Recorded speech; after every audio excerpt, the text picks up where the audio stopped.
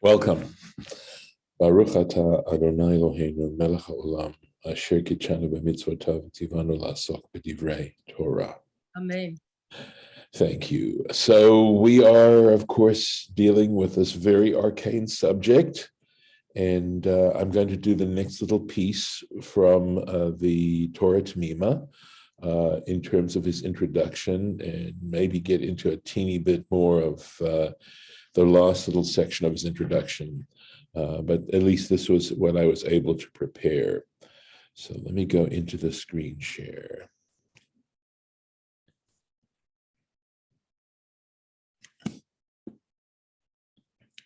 So basically, in this little section here, he's talked about the various kinds. First of all, he talks about the fact that there are three major types of leprosy, right? There's one that's on the skin. There's one that comes from boils or a burn, and one has to do with baldness, a kind of baldness. So here he discusses some of the rules, and they're somewhat different rules in terms of the diagnostics involved, and in terms of how much quarantine one goes through, or the kind of quarantine one goes through. So he discusses this here with the type that's on the skin. Here we discussed what happens if one receives a burn or some kind of strike on the skin. And he discusses what it might look like on some levels. There are times when, while there is some kind of reaction on the skin, it doesn't necessarily mean that it's tzara'at. It may mean something else, but then the priest has to take a look and see what's developing, etc., etc. What we notice about the first kind is that, for example, if the condition after a week does not change, it hasn't gotten worse, it hasn't gotten better, then the person goes through a second week of quarantine. And as I recollect, if it hasn't changed again, I believe he is deemed to have tzara'at. However, of course, if it's improved, then he wouldn't be. In the case of the burn or the boil, that from being burnt, or the smack on the skin, kind of trauma that it's had, there's no 2 weeks of quarantine. It either is healed or it's determined that it's tzara'at. And now we get into the third paragraph, Sif Gimel, and he says, karachat ugabachat. These are two Hebrew terms for a certain types of baldness, and he's going to define what each kind is. We don't really have words in English other than baldness, and that's the idea of kereach, right? That the head is bare. But gabachat, we'll keep going. Nikra'u mi, okay, these are called, this kind of karachat ugabachat are called mi shenashru kol sa'arot rosho, a person whose hairs have all fallen out. Nashru means to fall off, right? All his hairs of his head, al yedei choli, either from some kind of illness, or al yedei makah, or some kind of wound, or al yedei sika besamim, or in fact, if he had a sika, would be some kind of rubbing, right, of samim. Literally, it means spices. Charifim means strong, but it could mean like some kind of very strong drug or ointment or something. This is what we're talking about. If he's rubbed his head with this kind of something, it could be maybe a depilatory of some kind, but regardless, it can happen in three ways, is what he's telling us. The eina ru'a legadel se'ar, and it is no longer capable of raising hair anymore, that part of the skin. V'im nashru ma sheshofea min hakakod, and if what fell off was that which sort of comes down from the top of the head, al orpo, to his neck, ad pika shel tzavar, to the protruding cartilage of the neck. So this is how far down it might go. Nika karachat. That is what we call karachat, when the baldness comes towards the back of the head. But if the baldness occurs in the front of the head, right? What comes down in the front, ad keneged padachto, up to his forehead, nikra gabachat. That is what we call gabachat. So in Hebrew, there are two different terms for where the baldness is occurring.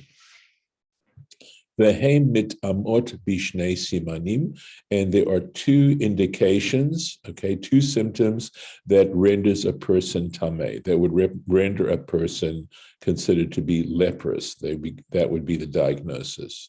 B'michya, so this has to do, I believe we said that this has to do with some kind of rawness, right? That the skin is exhibiting a type of rawness, pisayon, and that has to do with spreading. Velo b'sa'ar lavan, and the difference between this and the very first kind of tzara'at is that it doesn't involve, obviously it's baldness, and it's on the head, and obviously it doesn't have white hair. He's bald, he doesn't have hair. V'chein mitamot bishnei shavuot, but they also take 2 weeks. They involve a 2-week process, ba'ofan shenitpa'er, in the way that was explained b'seif aleph in the first paragraph, uvichlal karachat v'gabachat, and including in the manifestation of this rear baldness and this front of the head baldness, heve gam netek. We also include something called a netek. And I looked up the word netek. Just to remind you, anytime I've got a J, you notice these J's, it refers to the Jastrow dictionary and the page. And because the page has 2 columns on it, the left side column is the A column, and the B side column is the right side column is the B column, just to help you to find the word, just to show where the word is. It's a reference to where the word is. And this netik refers, the way he explains it quite specifically, as a blanched spot in the head or beard. Ela shenetek, okay, choser umegadel se'ar. But in a case of this blanched spot, it can grow hair once again. And he says, now this particular abbreviation, right? It looks like a kaf and a mem, and I know there is Kesef Mishneh. Kesef Mishneh is a commentary on the Rambam, on the Mishnah Torah by Maimonides, and I'm not sure if this is what he's talking about, if he's referencing the Kesef Mishneh, Perek Hey, chapter 5, halacha chet, the 8th halacha, mitumat tzara'at. And I assume that in Maimonides, there's a section, this book of Maimonides, the Mishnah Torah, is this encyclopedic work on Jewish law. Just an amazing piece of writing where Maimonides, with tremendous clarity, clarifies all the aspects of Jewish law found in the Talmud and elsewhere. It's just such a tour de force, indicating the guy's brilliance. He's a complete genius. Of course, there's a saying that from Moses of the Torah to Moses Maimonides, there never was a Moses. That's in Hebrew, they say that. So I just got to start on this 4th paragraph. You can see it's a pretty major paragraph here. But I just, in this one, he says, Erech halovin b'tzara'at, or habasar. He says the quality of the whiteness, right? There's white and there's white. So he says the type of whiteness we're talking about in the tzarat, in the skin of the flesh, shezacharnu b'seif aleph, which we mentioned in the first paragraph, hu shehiyeh lo pachot miloven krum beitzah. It means that it cannot be any, I would say less. When it says less white, I think what he means is paler. It cannot be any more pale than the whiteness of krum beitzah means the membrane surrounding an egg. In other words, if you look at how white that is, if this is paler than that particular white, it's not considered sarat. Ulamala mizeh. And he says, and something that may be, I would think means darker, a darker white than this. Kafi sheyit ba'er, as will be explained. Aval lavnunit shehi diha mikrum beitza.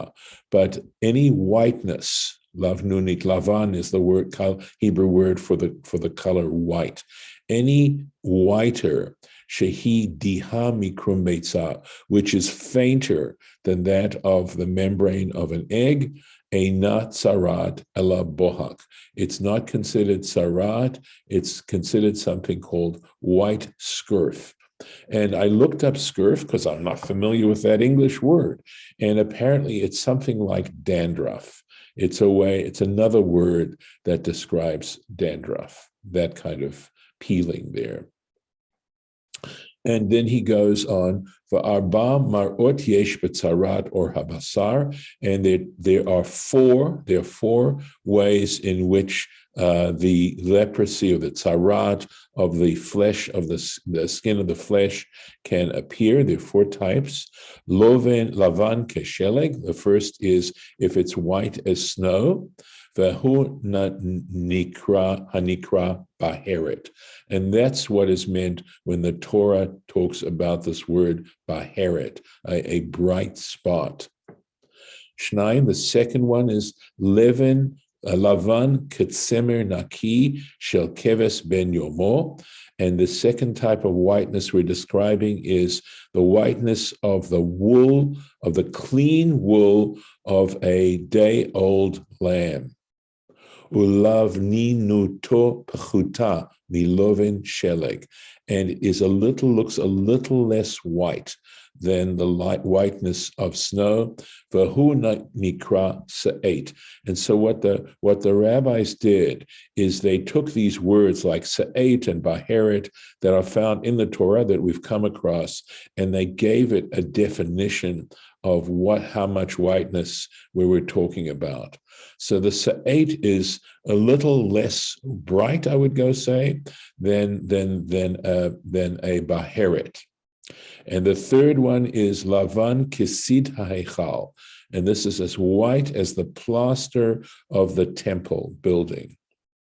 Ulavninuto, and its whiteness pechuta miloven hatzemer, and this is a little less white than the whiteness of the wool.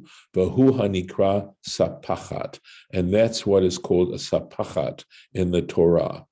Mitam sheyit ba'er besamuch, for the reason that will be explained eventually. And the fourth kind of whiteness is lavan kekrum beitza. Okay, and that fourth whiteness is the whiteness of an egg, the membrane of an egg. Velavninuto pchuta miloven sid ha'echal, and its whiteness is less than the plaster of the sanctuary.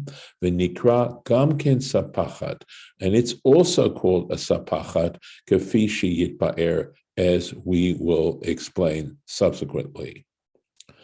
Okay, so I think I'm going to stop right here. And of course, we also have tomorrow. I'm going to just stop in terms of this. We'll go back into the text. That's the point I'm making here. So I'm going to make a little mark. And so I know where to start. And let's go onto here. Okay. And we'll be starting right here. Okay.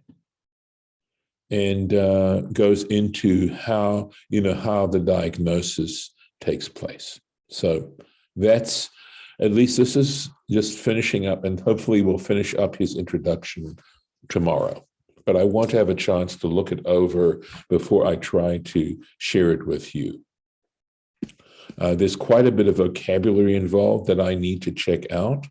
But look at this. Here are these Seit, Sapachat, Baheret. You see these, we've translated them this way, but they actually are there to define the whiteness of this particular manifestation of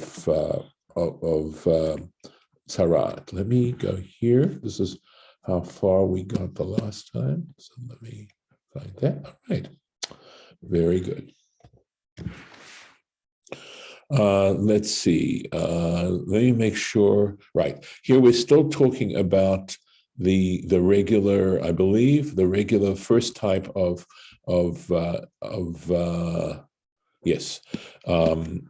tzaraat, right, in the flesh. V'ra'ah hakohen oto bayom hashvi'i shenit. This is the case where he is actually sequestered for a second time, put in quarantine for a second week. V'ra'ah hakohen, and the kohen shall examine him on the second seventh day, right? Second week, the second week. V'hinei keha hanega, and it means, and the tzaraat, his fainter, has become more faint. V'lo pasa hanega ba'or, nor has the wound spread in the skin. V'tiharo hakohen, and in this particular case, the kohen is going to declare him pure. No, does not have leprosy, does not have tzaraat. Mispachat he, the Torah is saying it is a rash. V'chibes begadav v'taher, and he should wash his clothes, and he is rendered tahor. He is considered pure. However, ve'im pasot tifseha mispachat pa'or, but if this mispachat should spread in the skin, acharei hera oto el hakohen l'tarato. This means after he's been declared pure, but now it turns out that this particular rash is spreading. V'nir'ah shenit el hakohen. He needs to be shown a second time to the priest. Let's take a look at the Rashi on this before we go any further. So we said, right, okay. Keha, right, keha, the word keha. Hikha mimar ito, ha'im amad b'marito, o pasa tameh. So he says, kaha, he says, it means it absolutely had to become fainter. It had to be perceptibly fainter from how it appeared, from its original appearance. And he says, so if in fact it remained the same way, in other words, it didn't become fainter, or pasa, or it spread, tameh, he's considered tameh. Mispachat, he takes the word mispachat, Shem nega tahor. He says this is the term for a kind of wound that is not considered leprous, that is pure. V'chibes begadav v'taher, he should wash his clothes and be considered pure. Ho'il v'niskar hesker, he says, because he was obligated to be quarantined. In other words, we might well ask the question, why does he have to wash his clothes if he, in fact, he's been pure all the time? He's been considered pure. He says, because he was initially required to go into quarantine, nikra tameh, he would be considered at that point tameh, impure, v'tzarich tefillah, and he would require immersion. He'd have to go, I believe it wasn't just a regular mikvah. It was a special kind of mikvah. Whether it was mikvah of running water, I'm not absolutely certain, but it does seem to me, as I recollect from doing this many, many, many years ago, that the kind of mikvah that was required for tzaraat was a different kind of mikvah, different kind of immersion font. Okay, so we said that.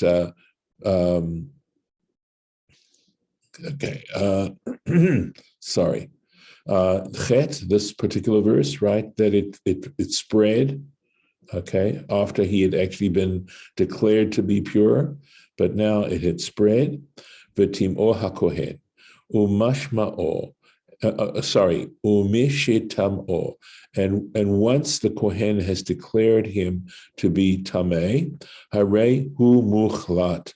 He's not in other words, at this stage, he is determined to be a leper, a metzorah. He is. It's not that he's under question as to still requiring diagnosis. The diagnosis is complete.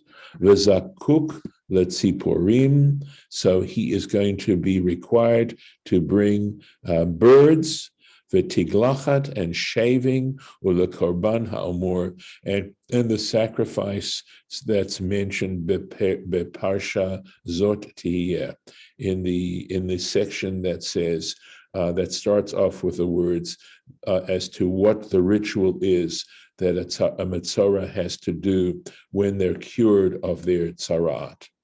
And that's, I believe, in the next parsha that we'll read about the process by which metzorah, once he no longer is symptomatic, comes back into the camp.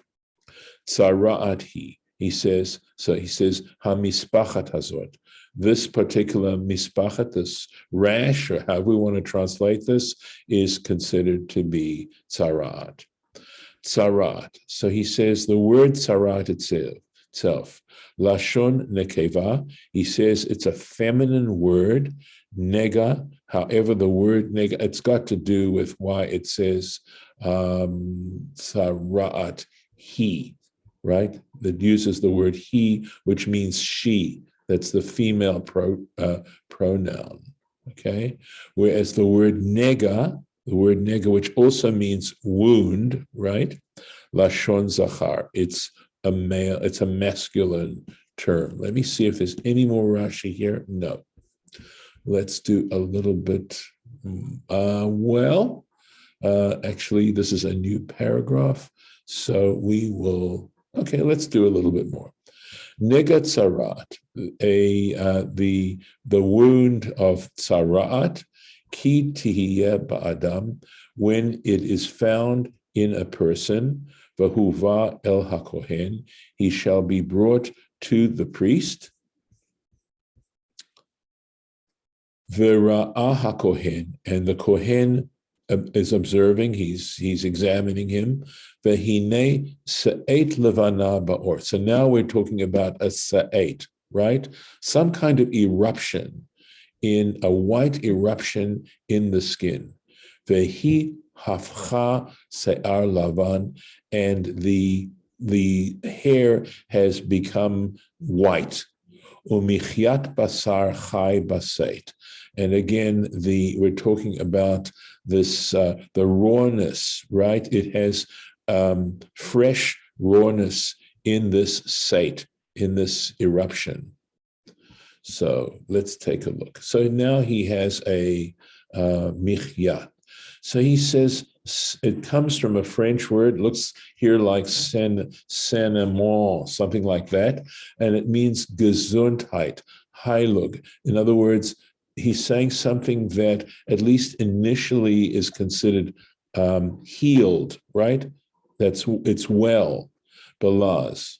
So it says, shenehefach miktzat haloven. He says what's happened is a little of the whiteness, shebetoch haseit, that is in this eruption, has changed. It's altered.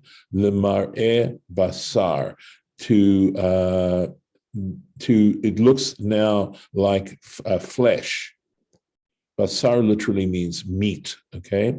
Af hu siman tuma. So Rashi is saying this too is an indication of impurity. Sa'ar lavan belo michya. Siman tuma. Okay, so white hair without this rawness, umichya. So he says a white hair without this rawness, umichya belo sa'ar lavan, and the rawness, I believe, without having this white hair. Afal pi shelo ne'emra michya ela b'seit, even though it doesn't use this term michya, except when it comes to this eruption, af b'chol hamarot v'toldatayhem, he says, regardless, in all the appearances and similar appearances, hu siman tuma, it nevertheless is an indication of impurity. So just one more thing, Tzora'at noshenet hi. Okay, so this means, I'm trying to think of how to translate the word noshenet. It means that it's there. It's sorry, but it's an old. It's really serious, a severe form of this. But or besaro, okay, in the flesh of his, in the skin of his flesh, betimo hakohen, and the kohen has to pronounce him impure. Lo yaskirenu, there is no need to quarantine him, ki tamehu, because he is in fact tameh. He is in fact considered a mitzorah. So here we go. Tzarat moshenet hi. In other words, it's been there for a while. Maka yishana. He says it's an old wound. It is a whole old wound. Tachat hamichya, underneath this eruption, or again, how we want to understand michya is the way Rashi was explaining it sounded like normal flesh. But anyway, just trying to make sense of this. V'chavera or chabura, if that vav is not well.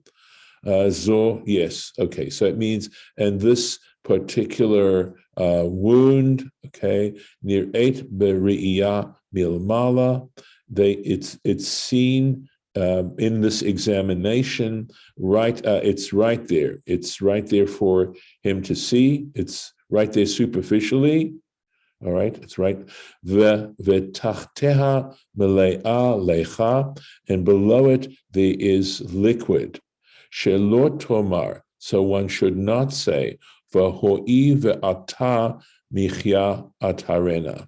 So apparent, I'm trying to make sense of this. It says you shouldn't think that that there's some appearance of health to the skin, apparently, because remember, that's how he translated michya, atarena, I shall render it pure. So again, this needs a little bit more research. I'm going to have to do a little bit more digging into this to fully understand what he's talking about here. And on that dubious note, I'm going to have to end. Okay, so let me put this here. The marking in terms of